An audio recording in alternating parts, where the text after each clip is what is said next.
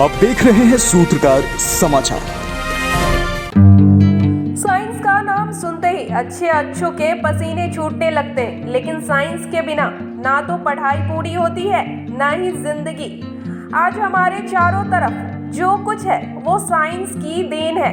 यहाँ तक कि हम इंसान जो आज से अरबों साल पहले बंदर थे, एवोल्यूशन की वजह से ही अपने वर्तमान रूप में है। धरती कब बनी, इंसान कब आए, यह जानना हमेशा ही बहुत रोमांचक होता है। एवोल्यूशन साइंस का ऐसा हिस्सा है जो इन अरबों सालों में हुए विकास को साल दर साल समझाता है। ये थोड़ा मुश्किल जरूर है, लेकिन ये बहुत ही दिलचस्प है। जब पढ़ने सुनने में आता है कि इंसान पहले बंदर था या हमारे पूर्वज पहले बंदर थे और फिर धीरे धीरे उसने खुद से सब कुछ सीख लिया और आज इतना बड़ा वैज्ञानिक युग भी ले आया, तब सिवाय आश्चर्य के और कुछ नहीं होता है। खासकर ये देखकर कि आज किसी भी बंदर को इंसान बनाने की कोशिश में खुद इंसान ही मदारी बन जाता है, लेकिन बंदर में नाम मात्र का भी बदलाव नहीं आता। करीब 3.5 अरब साल पहले जब विकास का क्रम शुरू हुआ था, तब सबसे पहले बैक्टीरिया आए, फिर बैक्टीरिया से अमीबा, अमीबा से कीड़े मकोड़े और छोटे छोटे पेड़ पौधे का विकास हुआ। उसके बाद जानवरों ने अपना आकार लेना शुरू कर दिया। इसके बाद मैमल्स का विकास हुआ, फिर पक्षी और फिर धरती पर रेंगने वाले जीवों जैसे कछुए आदि आए। इसके बाद कुछ ऐसी प्रजातियों का विकास हुआ जो पानी के अंदर भी रह सकती थी और बाहर भी। जो इसके बाद आए वो है प्राइमेट्स, जो चूहों की तरह दिखते थे, और इनके साथ विकास का क्रम आगे बढ़ा। प्राइमेट्स से बंदर बने, इन बंदरों से गोरिल्ला, चिंपैंजी और फिर धीरे धीरे इनसे मानव का विकास हुआ। ये पूरा विकास क्रम पृथ्वी पर हो रहे मौसमी और अन्य बदलावों के चलते अपनी जरूरत के आधार पर हुआ।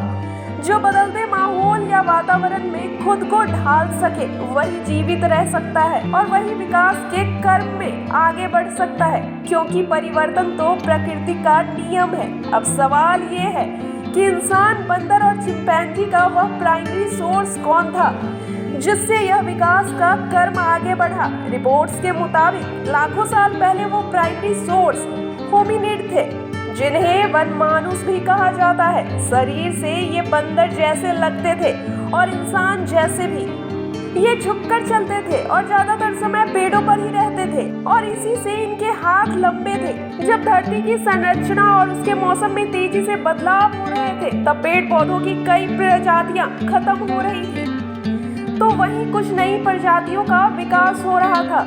कहीं धरती बेहद गर्म हो रही थी तो कहीं अन्य तरह के बदलाव हो रहे थे। इन बदलावों के चलते जीवों की कई प्रजातियां खत्म होती जा रही थी, तो वहीं जो जीव या जानवर खुद को इस बदलते वातावरण के अनुसार ढाल रहे थे या अपना स्थान बदलने की कोशिश कर रहे थे, उनकी अलग अलग प्रजातियों का विकास हो रहा था। जैसे कि इंसान, पेड़ों पर रहने वाली पिरोलपिथिकस प्रजाति, जिसे इंसानों का पूर्वज कहा जाता है। ये पेड़ों पर उछल कूद करने वाले बंदर थे। इन्हीं की आगे की पीढ़ियों ने खुद के विकास के लिए पेड़ों से नीचे उतरकर जमीन पर चलना शुरू किया। आर्डिपिथिकस, जिन्हें मनुष्य के शुरुआती पूर्वजों में से एक माना जाता है, नई जगह और भोजन की तलाश में पेड़ों से उतरकर जमीन पर आए। कई हजारों साल तक विकास के क्रम में इनकी शारीरिक बनावट में कई बदलाव आने लगे थे, जैसे पेड़ों पर ना झूलने की वजह से इनके हाथ छोटे होने लगे थे। साथ ही जमीन पर ये अपने 2 पैरों पर ठीक से चलने भी लगे थे। अगर आपको हमारा वीडियो पसंद आता है तो हमारे चैनल को लाइक, शेयर और सब्सक्राइब करना ना भूलें।